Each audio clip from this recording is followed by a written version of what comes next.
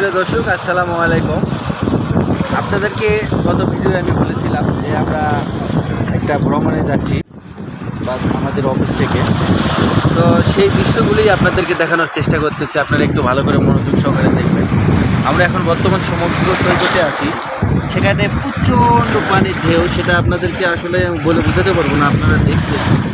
তো আসলে এখানে আমরা যে আসছি, টাকাটাও অতটা খরচ হয় নাই, বাট অল্প টাকার ভিতরে যে এত সুন্দর একটা দৃশ্য আমরা দেখতে পাবো, এটা আমরা কখনো কল্পনা করতে পারি।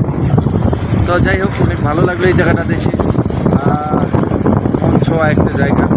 এখানে আসলে মানুষের মন যদি খারাপ থাকে, এই জায়গায় আসলে অবশ্যই